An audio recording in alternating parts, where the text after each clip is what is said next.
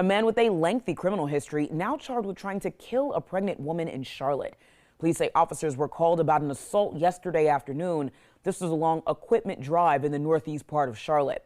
We're told Paul Hicks attacked two people with a knife.